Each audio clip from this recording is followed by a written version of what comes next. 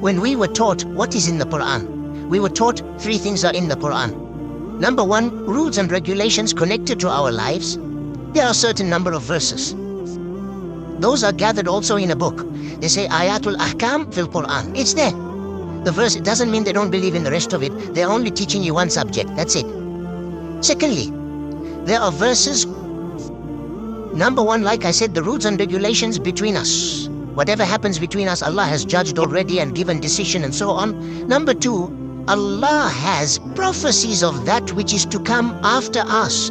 Qiyamah and so on, what's going to happen and so on. All of that is mentioned in the Quran. And number three, Allah has mentioned stories of those of the past. One day I explained this in another masjid in the same city. Later on people said, oh, the sheikh said that the Quran is just a storybook. Why don't you listen? We said there are three types of verses in the Quran. There are stories of the previous nations, we draw lesson from obviously.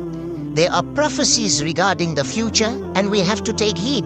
And there are rules and regulations connected to our living, and we shall apply.